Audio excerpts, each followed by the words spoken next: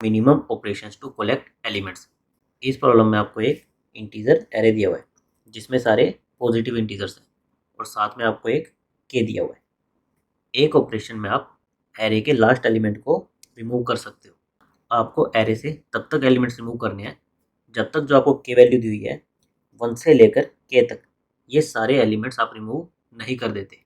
जैसे हमें यहाँ पर एग्जांपल दिया है के इक्वल टू 2 और हमारा एरे है ये, तो हमें 1 और 2 एरे से इनका एक एक काउंट एटलीस्ट रिमूव करना है। और हम रिमूव कैसे कर सकते हैं? एरे के लास्ट एलिमेंट को।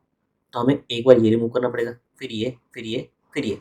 जैसे हम इसको रिमूव करेंगे तो हमारे पास 1 भी रिमूव हो गया, 2 भी रिमूव हो गया, तो हमें ऑपरेशंस कितने लगे? 4। हमें एरे के 4 एलिमेंट्स को रिमूव करना पड़ा, तो हमें 4 रिटर्न करना है।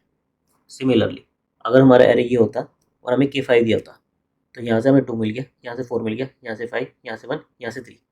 हमने जब 5 ऑपरेशन किए तो हमें 1 to 5 सारे एलिमेंट्स मिल गए, तो इस केस में हमारा आंसर क्या आएगा? 5।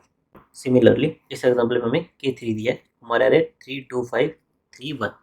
हम एरे के लास्ट एलिमेंट को रिमूव करना शुरू करेंगे। यहाँ से हमें 1 मिल गया, यहाँ से हमें 3 मिल गया, ये 5, ये हमें जरूरत नहीं है, यहाँ से हमें 2 मिल गया। तो जब हमने 4 एलिमेंट्स को रिमूव किया तो हमें 1 2 और 3 ये तीनों एलिमेंट्स मिल गए, तो इसलिए हमारा आंसर क्या आएगा? 4। इस प्रॉब्लम के हमारे जो कॉन्स्टेंट्स क्या है कि हमारे एरे की लेंथ 50 तक हो सकती है और हमारा जो हर एक एलिमेंट होगा वो 1 से लेकर नम्स ऑफ लेंथ यहाँ तक होगा। और हमारा इनपुट इस तरह से जनरेटेड है कि हमें के एलिमेंट्स मिलेंगे ही मिलेंगे। बेसिकली हमारा आंसर आएगा ही आएगा। तो हम इस प्रॉब्लम को सोल्व कैसे करें? हमें के दिया है तो हमें 1 से लेकर के तक सारे एलिमेंट्स चाहिए। एक से ज़्यादा आ सकते हैं लेकिन हमें एटलीस्ट एक एलिमेंट तो चाहिए ही चाहिए और हमें minimum number of operations return करना है।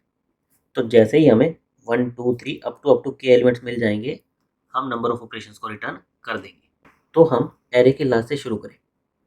हम 1 को रिमूव किया, हम 1 को अपने एक डेटा स्ट्रक्चर में स्टोर कर लें कि हमें 1 मिल गया है। फिर हम आए 3 पर, हमें 3 मिल गया, तो हम 3 को भी अपने डेटा स्ट्रक्चर में स्टोर कर लें। फिर हम आए 5 पर, 5 हमें चाहिए नहीं था तो हम इसको इग्नोर कर दें।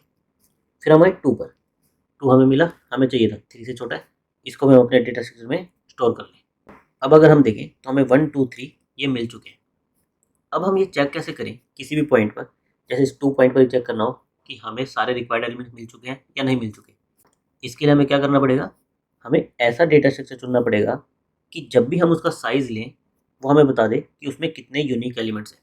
हम उस डेटा स्ट्रक्चर में कैसे छोटे एलिमेंट स्टोर करेंगे और जब भी उसका साइज़ लें तो वो हमें बता दे कि हमने कितने यूनिक एलिमेंट स्टोर किए हैं। इससे क्या होगा? जब भी ये डेटा स्ट्रक्चर हमें साइज़ के रिटर्न करेगा और हम के से छोटे ही एलिमेंट स्टोर कर रहे हैं, और के यूनिक एलिमेंट का मतलब क्या हुआ कि हमें 1 से लेकर के ये सारे एलिमेंट्स मिल गए हैं। तो जब भी इस डेटा स्ट्रक्चर का साइज़ के होगा तो इसका मतलब है कि हमें आंसर मिल चुका है और उस पॉइंट पर हम उसको रिटर्न कर सकते हैं। और ऐसा डेटा स्ट्रक्चर क्या है जो किसी भी पॉइंट पर हमें unique elements they they? Set. तो हम इसके लिए सेट का यूज़ कर सकते हैं। हम क्या करेंगे? हम लास्ट से शुरू करेंगे, एक सेट मेंटेन करके चलेंगे। जब जब हम एक एलिमेंट को रिमूव करेंगे हम अपने ऑपरेशंस का काउंट बढ़ाते जाएंगे, और अगर वो एलिमेंट हमारा के से छोटा होगा तो उसको अपने डेटा स्ट्रक्चर में स्टोर करते जाएंगे। जैसे ये 1 आया, हमारा ऑपरेशन का काउंट हो गया 1। 1 3 से छोटा है तो हम इसको अपने डेटा स्ट्रक्चर में स्टोर कर लेंगे। फिर हम आए 3 पर, 3 हमारा 3 से छोटा या इक्वल है तो इसको भी अपने डेटा स्ट्रक्चर में स्टोर कर लेंगे और ऑपरेशंस को एक बढ़ा देंगे कि हमने 2 ऑपरेशन कर लिए। फिर हम आए 5 पर, 5 हमारे काम का नहीं है तो हम केवल ऑपरेशन का काउंट बढ़ा देंगे कि हमें 3 ऑपरेशन हो गए हैं। फिर हम आए 2 पर, तो अगेन ये हमारा छोटा है तो हम 2 इसमें स्टोर कर लेंगे, अपने ऑपरेशन के काउंट को बढ़ा देंगे। इस पॉइंट पर अगर देखें तो हमारे डेटा स्ट्रक्चर साइज कितना हो चुका है? 3, जो कि हमारे के इक्वल है। तो इस पॉइंट पर जो हमारा ऑपरेशनल काउंट होगा वो हम रिटर्न कर सकते हैं। नाउ अगर हमारे एरे में ये 3 और 5 के बीच में 1 और होता तो इस केस में हमारा क्या होता? 1 यहाँ पर स्टोर होता, फिर 3 स्टोर होता, फिर जब 1 पर आते तो हमारा ऑपरेशनल काउंट तो इंक्रीज होता, लेकिन क्योंकि हम सेट में स्टोर कर रहे हैं तो हमारे डुप्लीकेट स्टोर ना होते। तो इसलिए हम सेट यूज़ कर रहे हैं, तो जब भी हम डेटा स्ट्रक्चर का साइज लेंगे तो हमारे यूनिक एलिमेंट्स कितने हैं वो हमें मिल जाएंगे, और जैसे वो के इक्वल होंगे हम वो रिटर्न कर देंगे। कोड में हमें एक वेक्टर ऑफ इंटीजर्स दिया हुआ था जिसमें पॉजिटिव इंटीजर्स थे और एक के दिया हुआ था। हमने एक अनऑर्डर्ड सेट ले लिया हमारे के से छोटे एलिमेंट्स को स्टोर करने के लिए, ताकि हमने अब तक कितने यूनिक एलिमेंट्स एनकाउंटर किए हैं वो हम इजीली गेट कर सकें।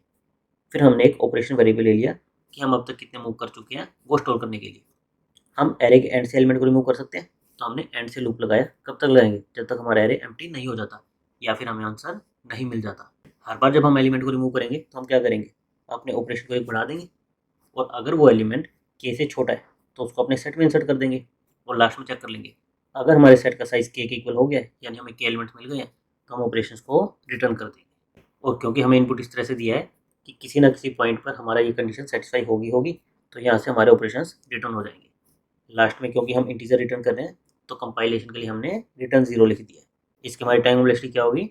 हमने अनऑर्डर सेट का यूज़ किया है, और अनऑर्डर सेट में इंसर्शन क्या होता है? आपका ऑफ 1 होता है।